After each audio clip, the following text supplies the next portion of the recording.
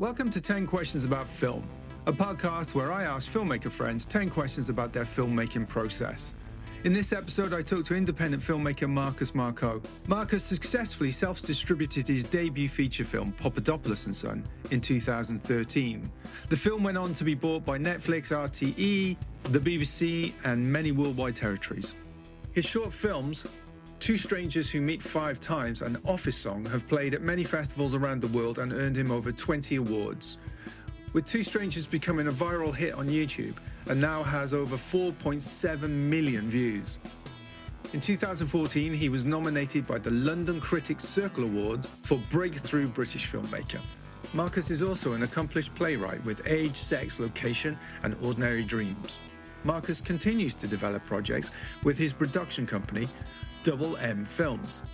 His latest feature film, The Wife and Her Househusband, was released theatrically in 2023. The Guardian described the film as a worthwhile movie that genuinely gets under the skin of a long marriage. Besides being a working filmmaker, Marcus also speaks at various film industry events and film festivals, using his experiences to talk about how best to self-distribute. Okay, so Marcus, thank you for joining me on the show. It's a real privilege having you. Thank you for inviting me, Craig. Yeah, well, I mean, you're one of my inspirations, actually. I bet you say that to everyone that comes on your brilliant podcast, You're Craig. like my favourite. But, you know, the reality is the first time I met you, it was the Breakfast Club I think Chris Jones used to run. Oh, yes. That was a quite infamous talk. So you came on and you just gave us a great talk, and it was really inspiring because you were just like, well, just go out there and do it. I think the power of that talk was because I had not been able to secure any distribution for my debut feature, Papadopoulos and Sons. Yeah. And I'd gone out and self-distributed, and it had been a success. And I just told the story of the challenge. And I probably, in retrospect, was a bit too honest about how sales agents worked, how distribution worked. The business is always changing. But I think I was fundamentally too honest about how crooked the business was. When I look at it, it was very naive because I think I upset quite a few people, most of whom are not in the film business anymore, who have quite rightly been made redundant over the years. So and now maybe I don't regret. Yeah. Maybe you shone the light, right? So, I mean, it was the thing for me at that time. I was in a similar position, you know, because I'm originally from Cardiff and there wasn't a lot going on in Cardiff in the 80s. Now it's a hub. And now if I was there, it would be a different matter. You know, I left to try and pursue a career in film. Yes. And after doing film school, I kind of found myself in a position where the chip on my shoulder was probably bigger than the industry's resistance to me. And that got in the way for a long time. So it was talks like yours that actually made me reassess and actually sort of made me think, I need to be making more of an effort with the industry. Interesting. I mean, I'm really obviously flattered that I've been an inspiration. But actually, the engagement with people like you, Craig, from those meetings and then the various relationships that were built upon were an inspiration to me as well. Oh, thank you. Okay, so question number one, tell me about yourself. What's your background and what have you done? Well, I came to filmmaking very late in life and I loved films. I always got my information visually. I mean, I later discovered there were reasons for that, but I was one of those people that loved TV, and we were one of the first families in Birmingham in 1979 to get a video recorder, an old VHS Panasonic. VHS, yeah. And my mum was quite, again, she didn't read. She was just films and TV, films. And she was very film literate, my mum. She just loved movies. She would record all her favorite movies. So in 1979, aged 8, I was watching on repeat because there was no TV back then. Like kids' TV didn't start till later in the day, and at weekends when it was come a short school, window. Yeah. So I was watching films like Some Like It Hot, Good, Bad and the Ugly, What's Up, Doc. I love movies, but I never imagined I'd be a filmmaker. And in fact, I studied history and politics at university. I went into journalism. At the same time, I loved acting, but I never had the courage to go to drama school when I should have gone when I was like at university. So I went for something more traditional. And then I went to Lambda later on in life. So in my late 20s, I enrolled at Lambda on the postgraduate course, had the time of my life, got an agent, was about to become an actor. And then a family business took over my life, which involved my journalistic skills. So I helped launch that business, but I raised money for it. It was part of the dot-com boom. And it was going to be like a stepping stone, a short-term sort of thing before I went back into acting. But I never went back into acting. And in fact, I ended up working the business, and I still run that business today. I did a lot of improv theater, started writing, ended up writing plays, and was very happy writing plays. I had a play on at the Trafalgar Studios, play on at the Riverside Studios. And I was kind of doing something interesting with the plays, but absolutely getting destroyed by critics mostly, but attracting a TV film audience, which was quite interesting. The last play I did at the Trafalgar Studios was completely slated by critics. And I was so depressed. I remember before the run had even finished, I got on a plane, went to Cyprus, and my actor agent, who never got me any work as an actor, rang me and said, Charlie Brooker came to see your play and loved it and wants to meet you. And I probably the one thing that stopped me from throwing myself into the Mediterranean. I was so depressed. I was like, oh my God, the critics hated it. But the one critic that hates everything liked it. And what a guy to have, on your side, exactly. And I ended up having a burger with Charlie Brooker and discussing it. I think he was a friend of one of the actors in it, who was James Lance. And I think the reason he came to that was because James Lance was in it. And James was brilliant in it. And what was interesting was that I was writing almost TV or film scripts for the stage. Okay. Yeah. Got you. And someone said, you should make films. And that at age 40, I went, how am I going to make films? I mean, that's crazy. I mean, that is late to come to it, isn't it? It's crazy. Well, I enjoy stories. I love films. Don't get me wrong. I'm very film literate. I'm passionate about movies, but my background is theatre. I see everything that I can see on the theatre. And I've written plays, and there's no way I can make a movie. And then I went to the Met Film School at 39. But even then, I was like, can I be a director, really? And I was thinking myself, producer, writer. Am I really a director? And the school said, look, Marcus, just direct the damn thing. You're really good. Yeah. Because you've been an actor, so you know how to talk to actors. Well, that's something that's really key. And I'm finding across all the interviews I'm doing, all the directors I've talked to have all started out in acting. Well, the greatest directors have been actors or have directed in the theatre. Sidney Lumet was a theatre director. Yeah, but, Clint Eastwood, Robert Redford, who are the obvious actor-turned-directors. But acting is a fantastic way in to filmmaking because actors have to embrace the whole storytelling experience. Yeah. And all filmmaking is a form of storytelling. For me, I think the key point to it is, as a director, then you understand performance and you understand the power of performance and how to convey that.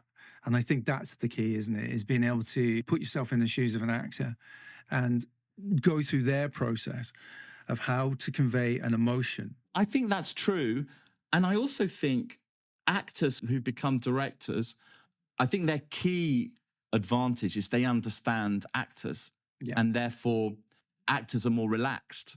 If you're directing, the most important thing is to get actors relaxed enough to give truthful, honest performances. Well, performance is lifeblood of it all, isn't it, really? Without that, you've got nothing. Yeah. And so when I was at Met Film School, they said, you should really direct this. And I had Which film was that? It was for film school. It was called The Last Temptation of Chris. The DOP on that, James Friend, who then ended up DOPing on Papadopoulos and Sons, who was the DOP on All Quiet on the Western Front. Amazing. And he's the youngest BAFTA winner, youngest Oscar winner, youngest member of the... And I learned so much working with James. I mean, it was brilliant working with him because I understood how fluid filmmaking could be. So we were throwing away shot lists and throwing away floor plans. He very early on my first short film encouraged me to let the actors lead. And I was like, oh, this is brilliant. And it's only when you read interviews of more experienced directors that they say the same thing. Yeah, They're let like, the actors in the space first. Yeah. And having been to Lambda, trained as an actor, I had an agent, I was going for the odd job. I was bringing all those sorts of skills onto a film set. I felt very at home on a film set, even though I'd never been on a film set, because I'd spent ages in rehearsals, putting shows on, watching my own work on stage. Did the business side, your business, were there skills in that area that you brought in that helped? 100%. Because producing wise, most directors, when they are artists who have basically lived a solitary life and have been maybe freelance, whether they've started off making pop videos and gone into filmmaking, or even if they've been actors, they're effectively freelance creatives hired. When you're running your own business, you've effectively got to create systems, methods, culture. So I learned over the years to create a positive working culture, and it starts with the owner. And I was like, well, these are the sort of business cultures I want to create. So ones where everyone feels their voice is being heard, democratically empowered. But that's essentially what the director's job is, isn't it, really? I mean, I see it very much as that you have to kind of bring out the best of people. Of course. But it was easy for me to do that because I'd done it for years with many, many situations. Like over many years, I've employed hundreds and hundreds of people in the company. Like I've always found a way forward that's kind of grown up. And there's no need to be a shouter. I've always found that. Exactly. Yeah. And I've found on film sets, there is always conflict and there's always problems to sort out. But no problem is bigger than a mature, grown-up conversation. Yeah, exactly. But also, if someone's not delivering on that, you have to find ways of dealing with that aren't just, I'm going to sack you or shout. I mean, it does raise questions about the business, which is probably why I'm not business. I kind of sit outside of the normal business model because I'm pursuing very specific artistic goals, not commercial goals.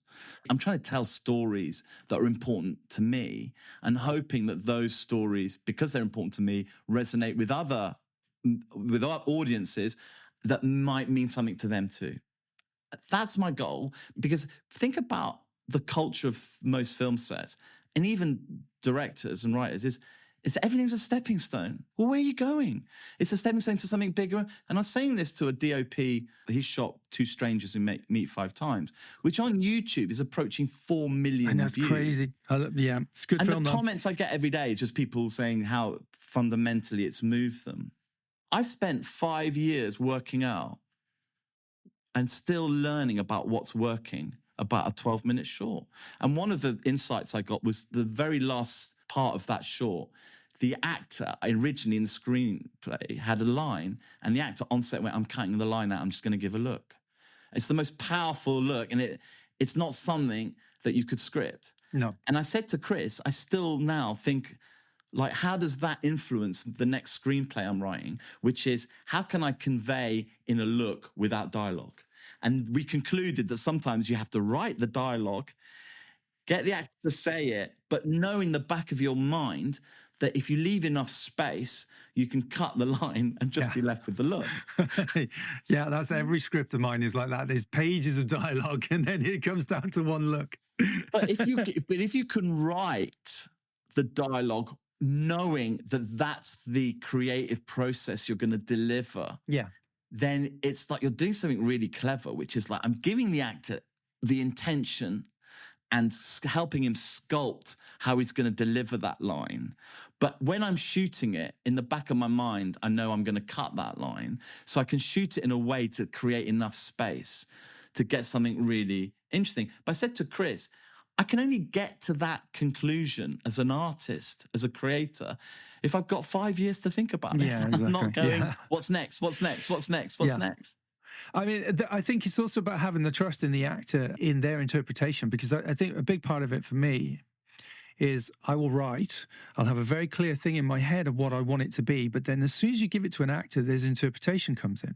And interpretation is, I find it a beautiful process, because that's where it becomes something that you haven't thought of. And course. Suddenly it becomes a really different thing that's much more powerful, because they'll just say, well, why am I doing this? Why am I doing that? Internally they'll work out their process. And suddenly, like you said, they will give you that look that just says a million things. I think you're right. I think I think the great actors are able to mine the subconscious of the author.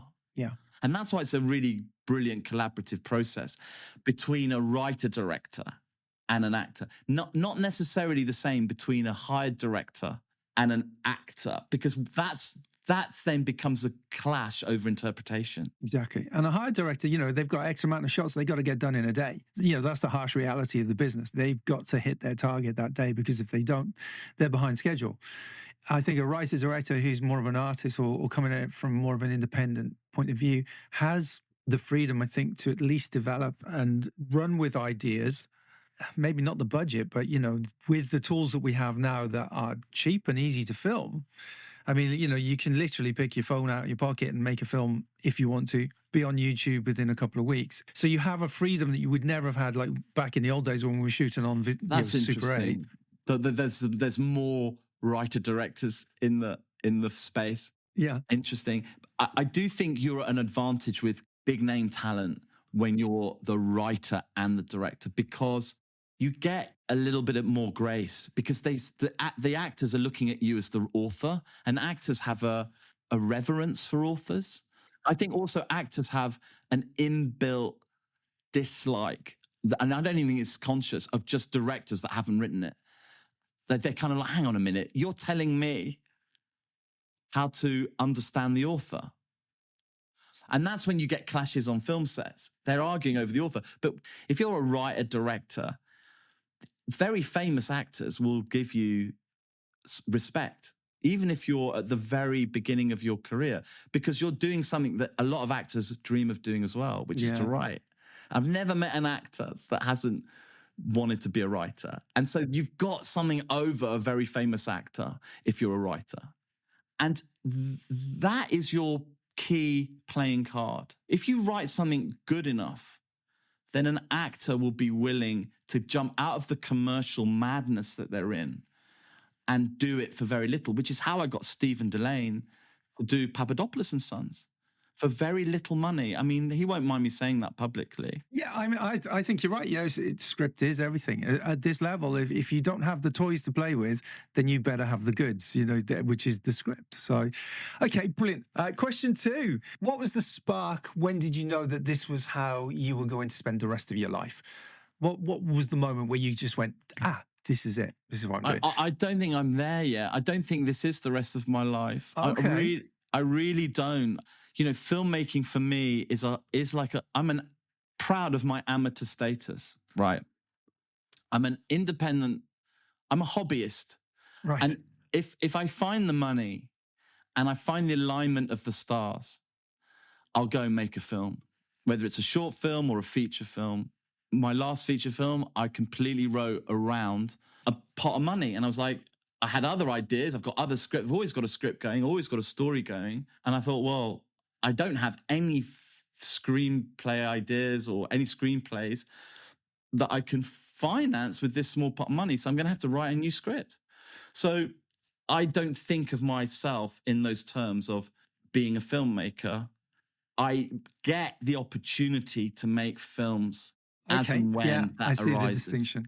I find that quite surprising that you don't consider yourself a filmmaker, because I would say that you have achieved a lot more than, I mean, I know jobbing directors who, quote unquote, I'm a film director, who work maybe once every 6-7 years, because that's the nature of the industry, and they're not, maybe their last film wasn't a big hit or whatever, or didn't make enough money to pay back their financiers. But I would say that you've consistently made films that have done well and achieved a certain level of success. So I don't think I have.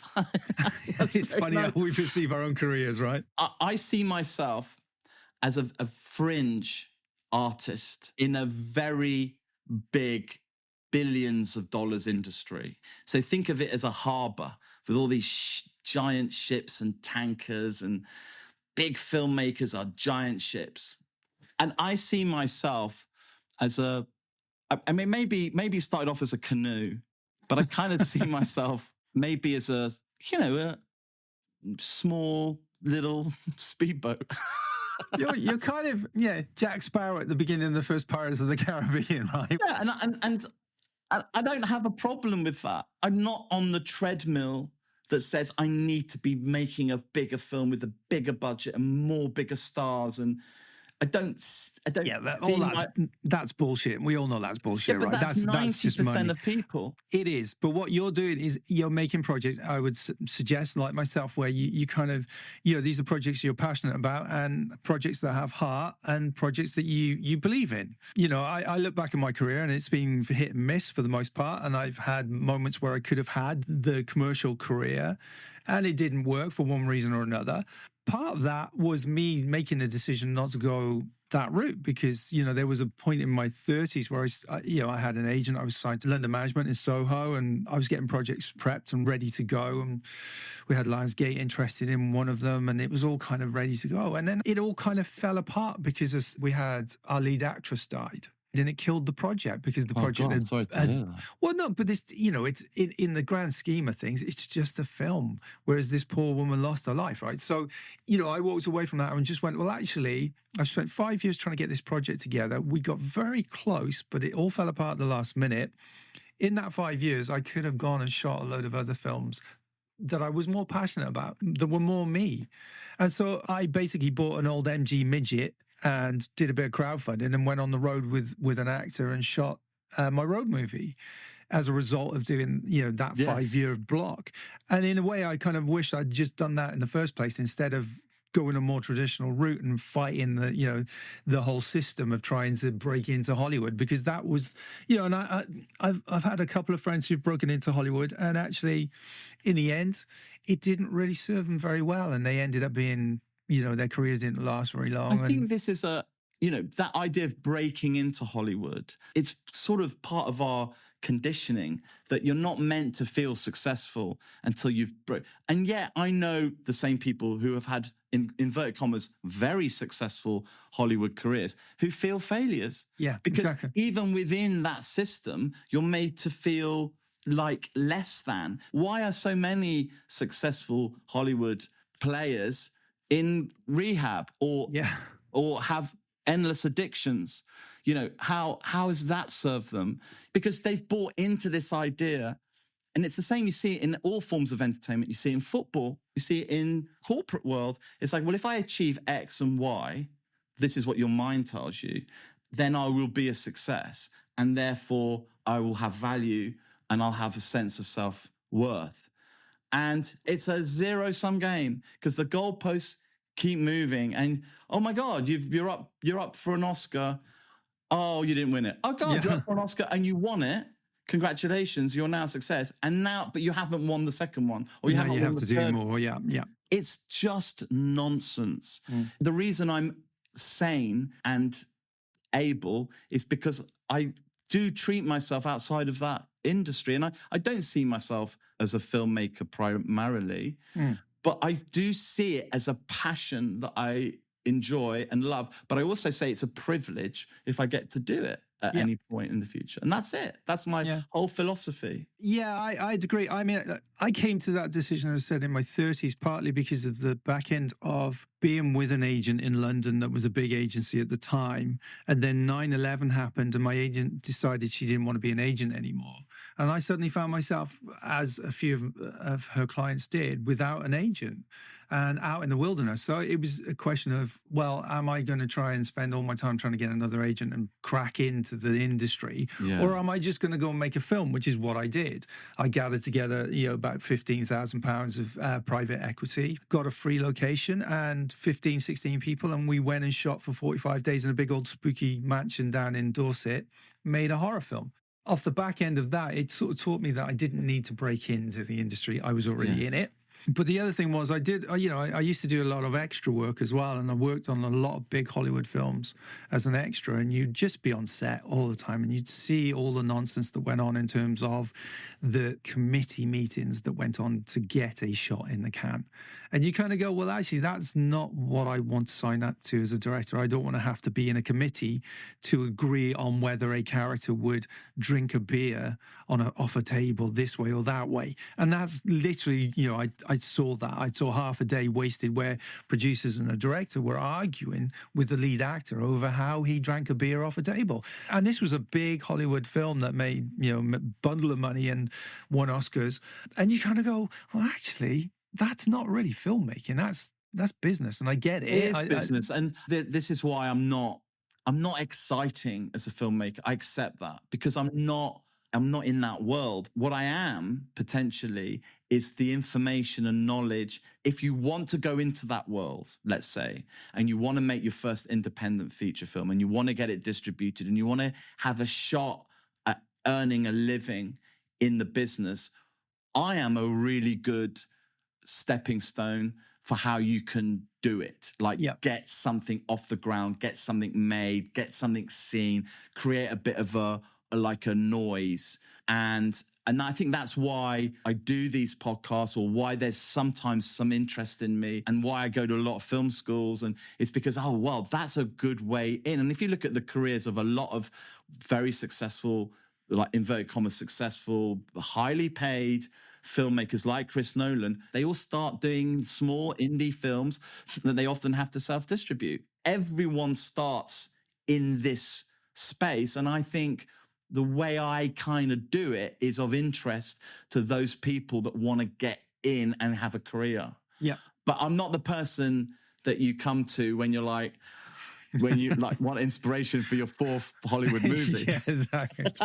Listen, I've got this big action sequence, right? I've got all these guys over here and I got a big explosion. What do I do? Okay, with that in mind, let's move on to question 3. Because who is your biggest hero or influence? I do like philosophers. I like people who dedicate their life to how one should live. I like Eckhart Tolle, for example, who wrote The Power of Now. I like Michael Singer as an author. And these are the people currently in my sphere that I'm kind of reading and reflecting and thinking.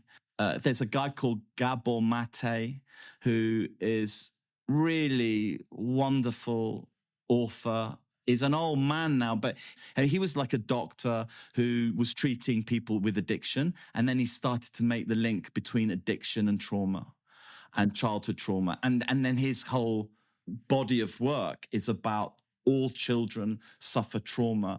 And the adult is really the adult that you create. And it's really important for writers, by the way, and artists, because a lot of my work as a filmmaker, as a storyteller, touches on all of these things anyway. But this is why I asked that question, because it's not necessarily who your filmmaking heroes are. The writer you were just talking about, looking into childhood trauma. Yes. I mean, given the state of the world at the moment, and I don't want to veer too much into real world politics or anything like that, but we can see the effects of childhood trauma playing out writ large at the moment, because we have people running the world who are clearly traumatized by childhood trauma and the parental relationships. And it's interesting because I have a TV series that I've been developing which deals exactly with that, about how that need to prove your worth constantly to a parent who, in some cases, I think parents don't necessarily know that they've done this. It's not that they're bad parents even, because there are so many triggers along the way. I've done a lot of research into this, and I do find it staggering, that people get triggered by the slightest thing, it might be a really loving, caring parent. It's not in all cases, obviously, but in some cases where the child has been triggered at a very young age and completely unaware, but it's completely affected their relationship and their self-worth. And Gabor Mate talks about he was a Czech Jewish boy and was witness to the Holocaust, had to be hidden as a child and then had to go stay with people that were friends of the family. And he says his own childhood traumas, he was 4 at the age, doesn't remember it necessarily but created enough emotional trauma at that age to then reverberate later on in his life. And that's kind of what you're saying, which is it doesn't take much to create that emotional disturbance. But I mean, to go back to your question on heroes, I guess my heroes are, they're not even well-known people. Sometimes they're just people who I've had this conversation with, and I've really learned a lot about life and living. And so I think all my heroes are often sort of either philosophers, investigators in how one lives one's life. And that can come in the form of a book or a YouTube video or a conversation with someone in a shop, for example. But, you know, if you ask me who my heroes were 20 years ago, I'd say, you know, David Bowie and Marlon Brando, Francis Ford Coppola. And I'd say, these are my heroes. But I think as you get older and the clock of mortality ticks away, you start going, well, they are. I love these people. I love Bob Dylan. I love Iggy Pop and Lou Reed. And, you know, I still have a passion for music. And I love a certain kind of authors as well. But are they heroes? You know, as you get older, you start thinking, well, what is a hero? You know, obviously, they're people that gave you nurture and a steer in life who are no longer with us. It could be a grandparent or it could be a teacher. As you get older, you look back and reflect, oh, these are the people that really helped me shape how I could live in this world. And they become your heroes. So with all that in mind, how do you think that affects your filmmaking? I think it completely affects everything I've ever tried to make in the world, as a film, as a writer, as an author, as whether I'm writing plays or whether I'm writing a short film or a feature film, or whether I'm going to write a book. My focus is on transformation. How do we as human beings transform to the higher version of ourselves and to make sense of the world? So I think those people that are heroes to me were fundamentally helping me make sense of the world, whether they were a relative, a friend, or David Bowie. Okay, I want to move on to number 4. Tell me all about your first film and what it was. Well, the first short I did, which was at film school, was Last Temptation of Chris. And we had to make a short, and I didn't know what I was going to tell. So I looked at the story structure of Casablanca. I went, oh, I'll just take the Casablanca story. So the story was, this guy's a therapist. He's helping people move on in life. And one day, his ex-girlfriend walks in with her husband, and it was an unfinished love affair. And instead of this therapist saying, oh, conflict of interest here, I know her, he carries on seeing them for therapy and then starts to have an affair with her behind the back of the guy that he's also in therapy with. But then he comes to his own conclusion that this is immoral. But she madly still in love with him because they had this original thing and it was an unfinished love affair. And he kind of fixes their relationship and sacrifices himself. Wow, everyone goes, that's a great story, Marcus. Therapist, people coming. But it's really, I just looked at Casablanca and went, how can I tell this in a modern setting and do it in a short story? I did the same with, funny enough, with my road movie that I was talking about earlier on. I mean, it's basically Christmas Carol, but it's on a road trip where the guy is dying and he meets people along the way who teach him lessons so he can confront his dad at the end and put things right. But, you know, I didn't subconsciously do it in the same way that you're talking about. I mean, I literally kind of watched it after the first cut and just went, oh my God, it's literally Christmas Carol. No, I was conscious. I was like deliberately like, oh God, I need to tell a short story. What's the greatest film ever made or the one that I love the most? Casablanca. Yeah, of course. How could I do that? And I was just found ways of just retelling that as a short. But I didn't know anything about festivals. I didn't know how to put into festivals. I didn't know didn't even screen it for the casting. I didn't know anything about any of that. I was like, what do I do now? I've just made this short film. So I was the same. I was at film school. I made a short film about a guy who turns blue and I didn't know anything, you know, and I thought I did because I was a bit older than everyone else. I thought I knew it all. And so I started sending it out, you know, to festivals and luckily it got picked up because it was a funny little quirky Yeah. film about a guy turns blue. But it's funny how people read something completely different. They see it as racism, they see it as political, they see it as all these things, and you just kind of go, yeah, that's what I intended. Let them have it, because people will always read more into your films, I think, than you necessarily put in. I think that happens a lot. Yeah. Okay, question number 5. What is the worst filmmaking experience, and how has that defined you as a filmmaker? Oh, interesting. My worst filmmaking experience. I don't have any bad, actually, where I'm filmmaking bad experience, because even the bad things were opportunities to something more interesting. Yeah, a chance. But I think the most distasteful part of filmmaking is, I think, dealing with agents. Actually, there's a lot of great agents in theatrical agents, good, solid people that are decent. The problem is, a lot of the business will just see talent as a commodity that needs to be milked. I mean, to go back to your question, the worst experience is dealing with people whose only goal is to make money. And it's very short term. There are a lot of good people in the business, but the problem is, if it's all about money, and for a lot of the UK talent agencies, it's not always just about money. Traditionally, they understood that the client needed a broader range of work. Yes, they could do Hollywood movies, but they should be doing theatre, and they should be doing independent film, because that's what's going to create longevity in the actor's career.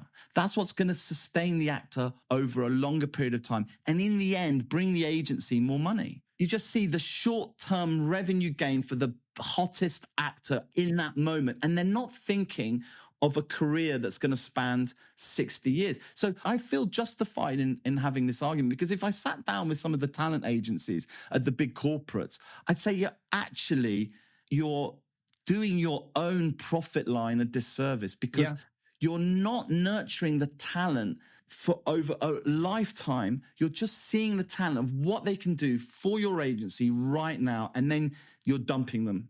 Conversely then, what's your best filmmaking experience, and how has that helped you as a filmmaker? It's always on the set when action is called. And even if things don't go right, even if there's a technical problem, or even if the performance isn't happening or whatever, it's still an amazing experience.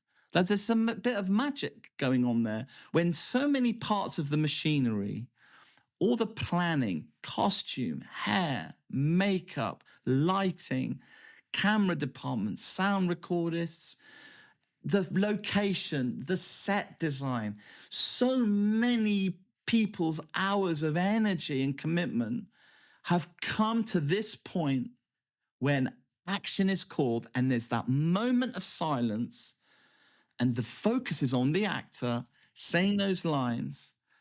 And it feels quite magical. It feels like a moment. And obviously, when everything comes together and the story is being told and we're all telling the same story at this time, and then cut is called, and you get an energetic rush from all these different people, which is where we've done it. It works. It works. It's worked, and the actor feels good about themselves. Yeah. Everyone feels good about themselves. That is an amazing moment. When you think of the journey of a film, the script is written, pre-production, finance, locations, and then you're into production and you're shooting. And then afterwards, all the post-production, distribution, marketing. The moment I've just described in detail is a tiny, tiny, tiny, tiny part of the process. And when you think that how much of that filming actually makes it into a final edit is even tinier. So you're talking about a tiny, tiny slice of that entire process, which is the magical bit of it. It's beautiful. And I do always feel that time doesn't exist in that moment. 8 hours could feel like 30 minutes. Like, where does the day go? And you just lose track of space and time. So for me, the most beautiful part of that process is then, because you're outside of time and everyone's engaged. Everyone has got to that moment of reverence when the drama is being played out. So yeah, that's magical. And then you shout cut, and then someone says, boom, in shot. and then it's, and it doesn't matter because No, it doesn't. Because I don't care about that because there's a reason for it. And then you might find that when you've gone again because of the boom shot, often you've got a better... Yeah, because people are focused. That moment of communication between you and an actor where you both get it. This is exactly the right spot for us to be in. That for me is the moment. And then if you can capture that perfectly on film or video or digital, whatever, format you're on. But there is something very special about that because also, having worked in theatre, when I say worked, having put on plays, lounged around like a, But there was something beautiful, but also frustrating about a moment that can never be recreated. And that's the magic of theatre, that it exists once in this moment and then it's forgotten forever. And it's just a distant memory in some people's heads.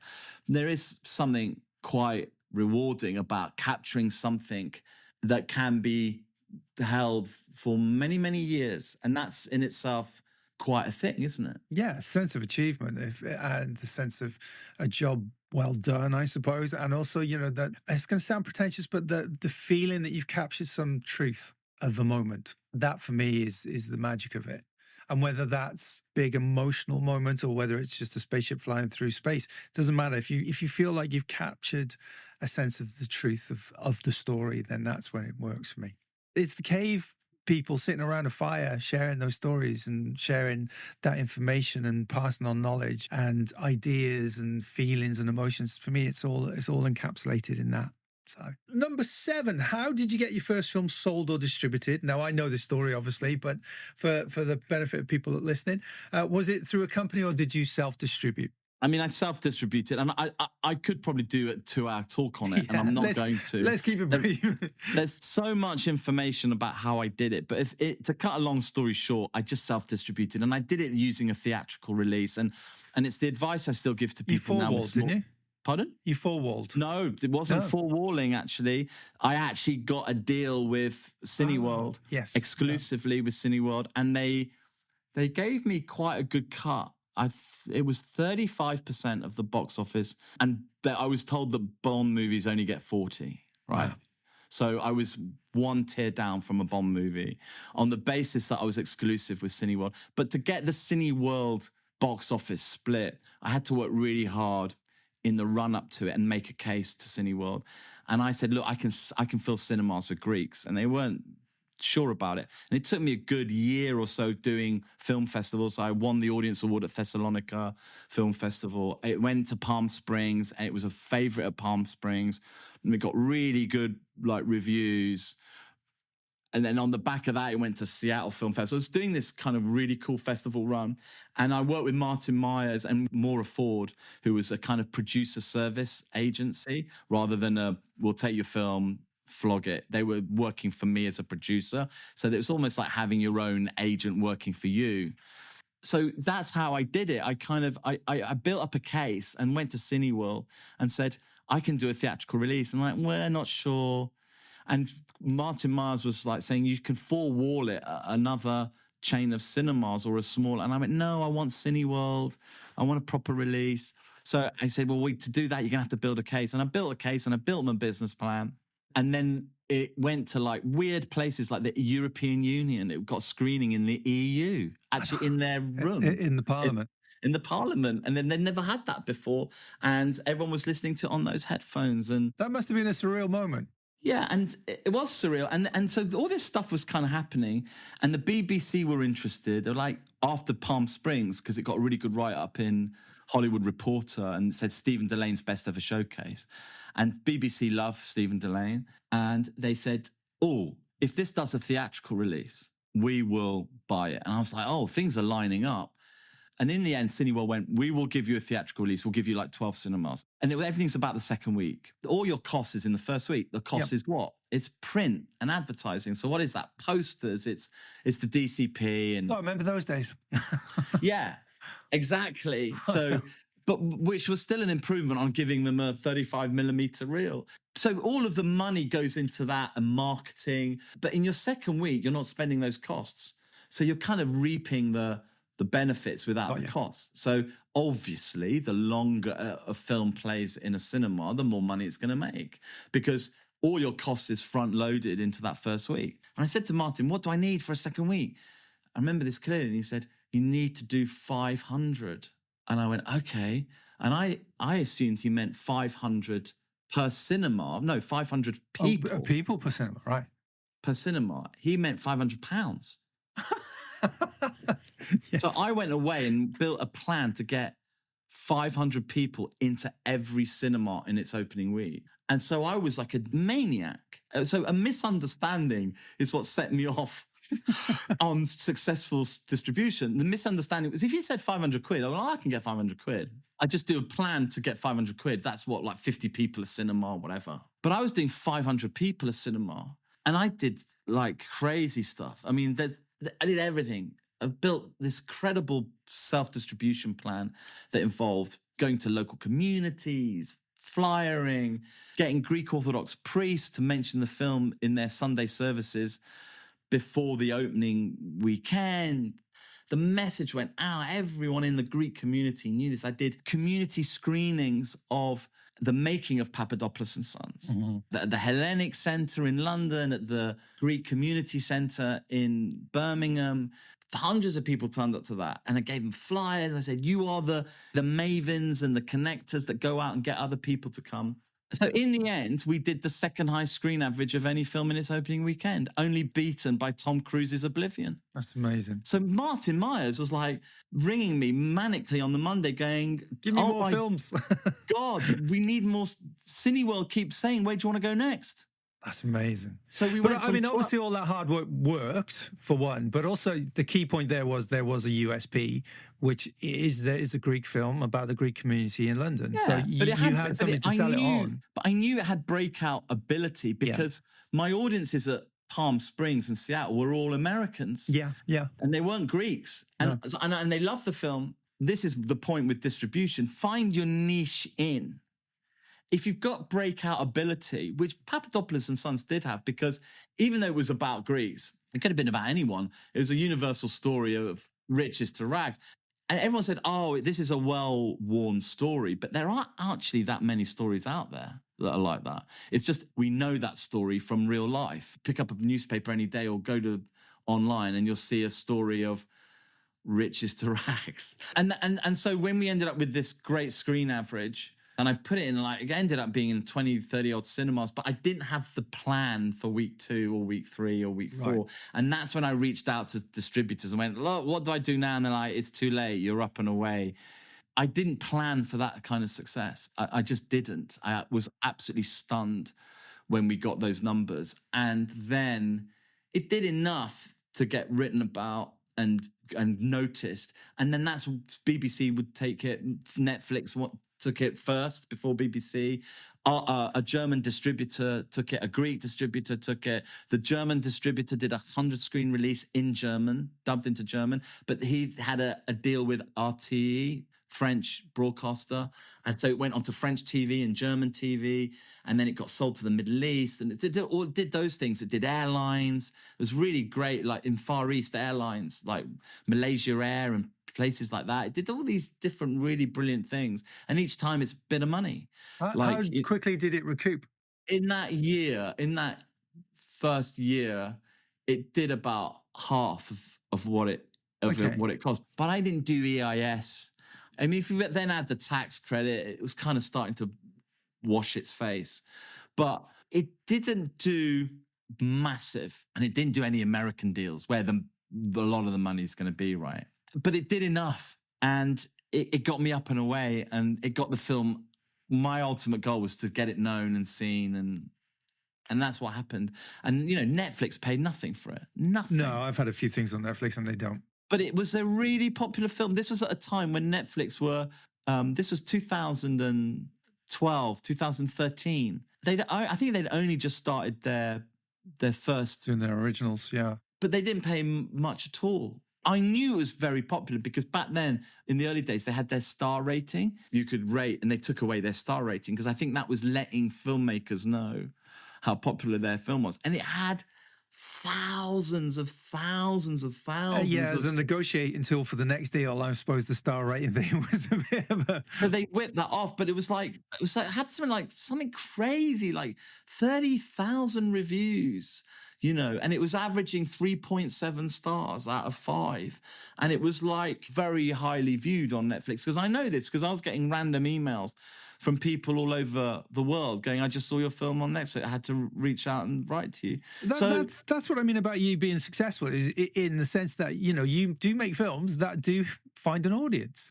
And that's key as a filmmaker, is to be able to find your audience. And you do seem to do that. You're right. You're absolutely right. And I think but it takes time sometimes to find an audience.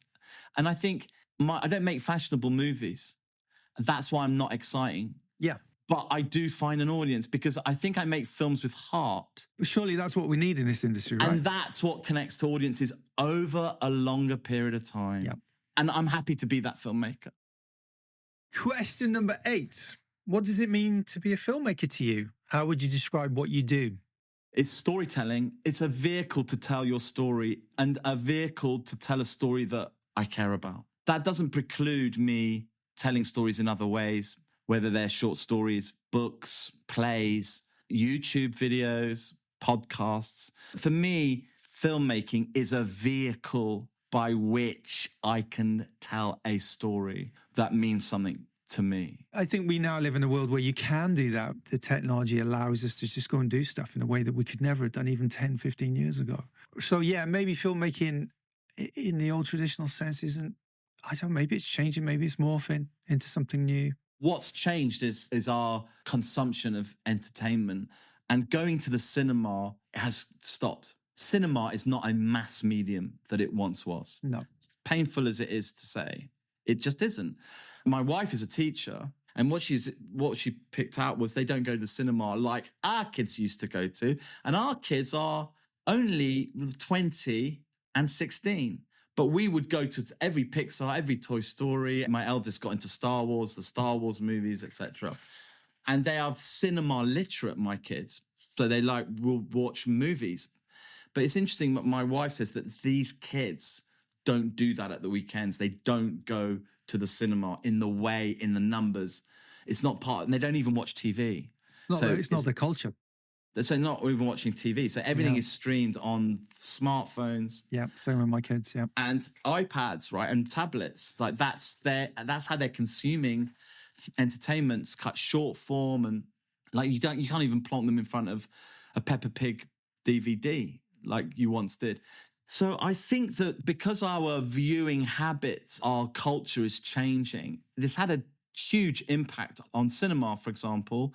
And I think cinema is going to become like opera. Yeah, I agree. It's going to be a middle-class, heightened art experience. Well, it's already going that way. You look at IMAX, and that's becoming an event and priced accordingly. So it ends up being. There's still going to be the big movies that we're all going to turn out to. Yeah, that's why the Chris Nolans of this world are worth every penny, because Chris Nolan is basically flying the flag for cinema right now.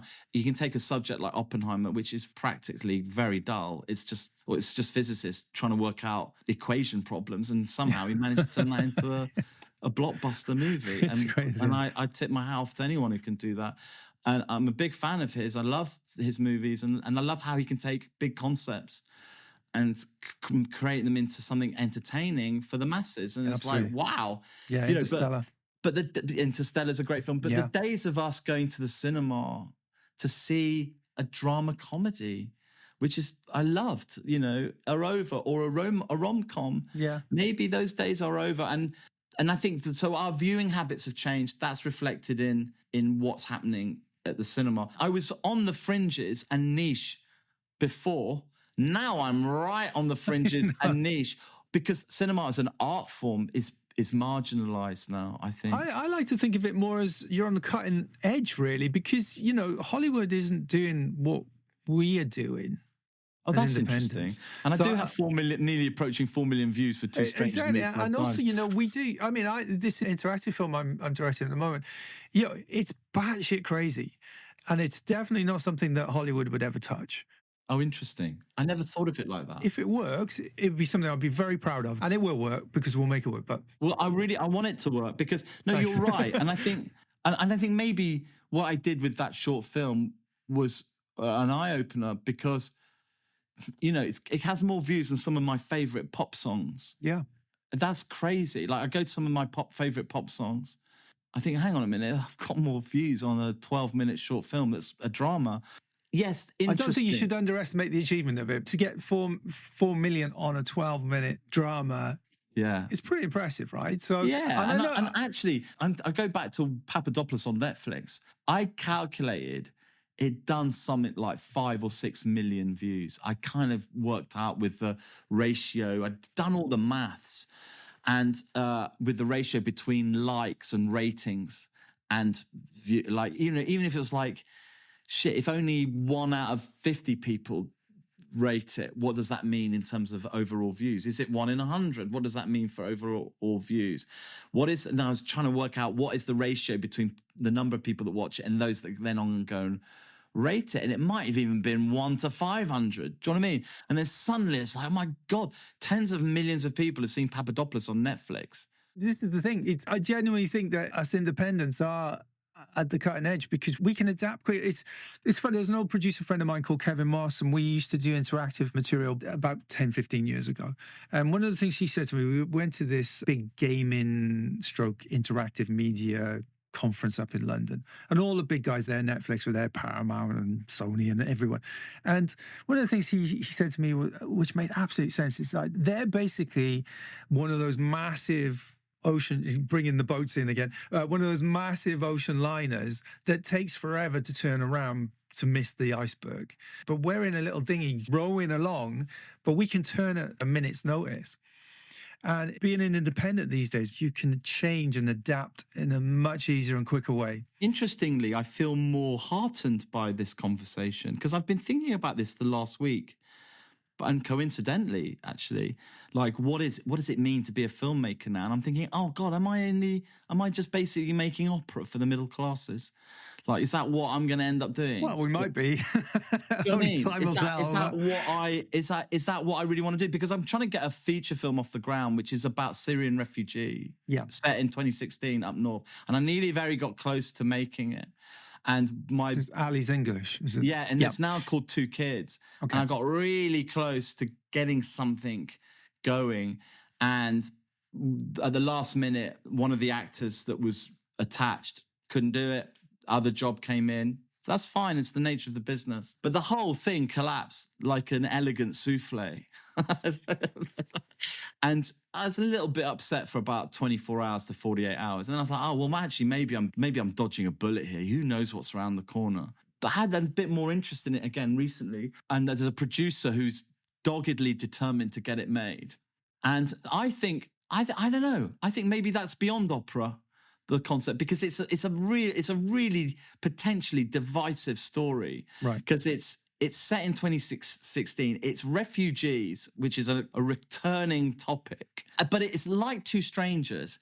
It's very human. It's very sympathetic to the humanity of both sides of the story. Which is the conversation we should be having instead of the mainstream conversation that we're having about refugees. Yeah, but I'm quite philosophical about it, Craig. If it's meant to be, it will be, and the right people will come to it. Okay, the first 48 hours when it collapsed, I was in a mess. Yeah. But once I got myself together, I was like, I'm not willing to give my energy or any night, and I say this to every filmmaker or artist, don't lose any sleep over anything. No. It's not worth it. You can't.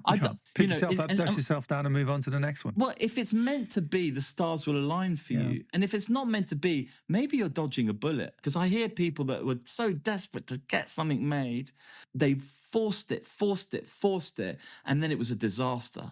Right, moving on. Question number 9. Tell me about the best gadget or tool that helps you as a filmmaker.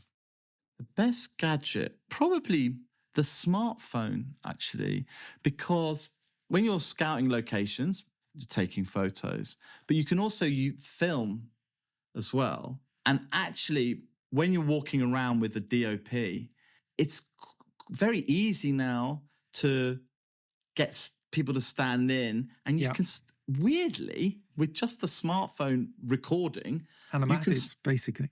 Yeah. You can start filming what you probably, and then you go home and you press play on what you recorded that day, and it looks pretty good on the smartphone. And when I wasn't sure sometimes of how something would work, I get my kids and my wife to stand in. And so when I'm trying to communicate an idea to the DOP or the editor even, like even before we've gone into production, a couple of times I've said to the editor, this is how the opening's going to work. Yeah. Or for example, even with actors, like people say, like I made a film called The Wife and Her Househusband, which you saw. I did. And they were going, how on earth are you going to do, how are you going to do the texting on the phone? There's so much text. And I was really thinking about this. I was like, I don't want to put text on a screen because there's so much. So I'll just do it as voice in the head. So literally, I got my kids, one kid in one bedroom, another kid in the kitchen, to be pretending to be texting. And then I recorded their voiceover. And I cut a short little 2-minute exchange. And I sent that to the actors. This is how we're going to do it. So I would say the smartphone is easily the best device because you're just taking photos, shooting, you're visualizing in a way, you're storyboarding. Yeah, it's completely, you pre-shooting. Yeah. You could pre-shoot your whole film that way. And, I've started doing the same sort of thing as well. So it's a brilliant way. I'd agree. I recently bought an Osmo Pocket 3 camera, which is a tiny little 4K camera, but on a gimbal. So it's handheld and it's tiny little thing. It's about the size of an iPhone, but you can do the same sort of thing and I just carry it around with me everywhere. But actually it's really good for getting stock footage as well. If I see something I think that's a great image, I can just grab it. And because it's 4K, you can manipulate it enough to sort of fit it in enough. I think you can get away with it, especially as an independent. You've got no choice because you don't have money always for a second unit or something like that. I filmed one of the rehearsals of The Wife and Her Househusband. And I was DOPing because I shot handheld and I was literally finding these incredible, and I showed them to Chris. I went, and he was like, brilliant. That gives me a model of what we can be doing. So you're right. You're testing your shots before you have to shoot them. It's the old thing that Ben Burtt used to do on the Star Wars films. In his downtime, he would, Lucas would give him a video camera, old VHS camera back in the day, and they'd go out and they would, literally they used the Star Wars figures and they would film them to get their shots, using the toys. Yeah, so that's amazing. I think having the ability to do that is amazing, to convey an idea so simply and so easily. Yeah, that's a good choice. I like that. Yeah, it's good. Right, well, we're at the end. So we've got one more question. So question 10, finally, what is the one thing you'd wish someone had told you when you first started out? I wish I'd started earlier. I can't believe I waited till I was 40. But then there's probably no other way. That question invites some kind of regret. And the only regret I have is I wish I'd just... Like when I was at university, I launched a magazine and I wish I'd just made a bloody film. That experience, though, must feed into of course it does. What you do now because, the confidence that it would have given you, the understanding of business, all of those things add into it. I know, but I think of I just think of where I could have been now if I got... But then you're right. I'm kind of accidental in most of my life. Well, would you have made the films you've made if you'd started earlier? No, I'd probably be an absolute monster, wouldn't I? Driving around LA in your big convertible. As most of us would be, given that opportunity. I wouldn't be reading Gabor Mate and meditating on childhood trauma. I'd be firing people on set. Yeah, and I'd be a monster. My ego would have taken over and destroyed me. So I was protected long enough. It's like to become a filmmaker when you're old and mature, and you'll make a different kind of movie, and you'll have a more balanced life. Maybe you wouldn't have had 4 million views of one of your films. No, I would have. I know I would have probably been a monster and addicted to something. Yeah. But. No, I'm trying to think of your question again. Like, what advice do I wish I'd been given I think the advice is just have very little expectation of anything. And I think that's the advice for all life, isn't it? It's Expect nothing and gain everything. Just lower your expectations. Yeah. And actually, that doesn't mean you're not going to make a great film or a good film. No, not at all. We all sort of equate success to a certain thing, and actually success can come in other ways. But, we didn't know that then. I think for me, the one thing I wish someone had told me was that the gatekeepers that I perceived with that little chip on my shoulder from being this Super 8 filmmaker from Cardiff with a chip on his shoulder, I wish I'd not listened to that voice saying there's not a place for you in this industry, because I think some of my battles have been longer than they needed to have been because of it. Yeah. Do you know what I mean? I think if I had just kind of blindly gone into it rather than having a perceived, again, expectations of what I was battling. The point here is, who are you giving your power to? Unfortunately, if you're giving your power, that's your focus, your energy, your attention, your sense of value is based on how someone else values you. That's power, right? When we say, what does it mean to give your power away? What it means to give your power away is to say that what someone thinks of me is more important than what I think of myself. I think that's exactly right. Right. That is power. That's what it means to give your power away. Now, when you put that in context of the film industry, you are now giving your power away to toxic people who are manipulative and only geared towards their own self-interest. So hang on a minute. You're an artist and you've given your power to this person. You're saying that what this toxic person thinks of me is more valuable than what I think of myself. That's a really low starting point. But it's incredible how many people go along with that, right? Everyone does it. Yeah. Everyone does it. Yeah. The silly part of all that is when I was 10 or 11, I used to make Super 8 films. I'd get a little cartridge from your 4-minute reel, send it away via the chemist. It'd take a couple of weeks, it'd come back, and I had a projector, and I used to project these films in my bedroom on a sheet. And I would get my friends in these films, and I would do little flyers, and I'd take them into school, and I would get my friends to come and watch these films that we'd made, charge them like 10p a go. And, at the end of the week, I'd end up with quite a bit of money in my pocket. I was literally whoring out my own bedroom as a cinema, but it worked. And somewhere along the line, I'd forgot that I could do that. As you get older and, society starts to mold you a little bit, you forget. Because you're valuing the gatekeeper and you're valuing the industry, and that's fine, right? But you need to value yourself. Like, you need to give the power to yourself. The moment you allow someone else to value what you're worth, it's very dangerous. Yes. Which is why having an agent that didn't really work out for me was the best thing that probably happened to me ever, really, in terms of filmmaking, because there was a moment where I walked away from that going, but I don't need an agent. I don't need their say-so to go and make a film.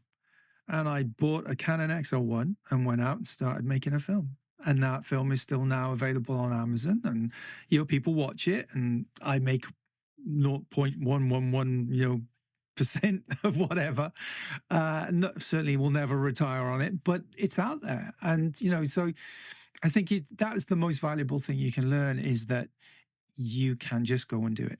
But also, Craig, I would also add, right, and this is for all the filmmakers and artists listening to this, is your sense of self-worth and value is not even in the films that you make, actually, right? It's actually in you as a human being and how you operate in the world, and how that's the only thing that, at the end of the day, this is why when you say, I don't really think of myself as a filmmaker. Primarily, my goal in this life is to be the best version of myself that I can be as a human being. If I get the opportunity to make a film, that's a bonus. And I think the danger with a lot of artists is that their sense of self-worth will always be somehow bound up in the films that they make, or the books that they write, or for an actor, the performances that they give. And it's a zero-sum game. You're never going to win at that game, ever. I think what all artists need to do is get that first bit right. Like, what does it mean to be a good, hype, functioning human being in this decent person in the 21st century? Because if you get that right, then the art that you create is an absolute privilege. And whether it does 1 million views or 5 views, doesn't matter. Yeah. Whether it gets a big distribution deal or doesn't, it doesn't matter. Whether it gets awards or not, it doesn't matter. You know, just enjoy the process. Enjoy the process. I think that's exactly right. I think that's a wonderful place to end the conversation. Well, good luck with the edit on that. Marcus, where can people find out more about you if they want to? I'm on Twitter. Oh, God, really? Follow me there. I'm on Facebook as well. I'm on Instagram somewhere as a street photographer. And we didn't even get a chance to talk about your street photography. No. Marcus, all I can say is thank you. That was every bit as exciting as I thought it would be, and mad and amazing. So thank you for taking the time. I really appreciate it. Thank you, Craig. A massive thank you to Marcus for being a guest on the show. You can find out more about his films at www.mfilms.co.uk. That's www.doublemfilms.co.uk. This has been a Workshop Presents production. Music by Christopher Nelton. If you like this episode, feel free to come back and listen to more when they're available. Thanks for listening. See you next time.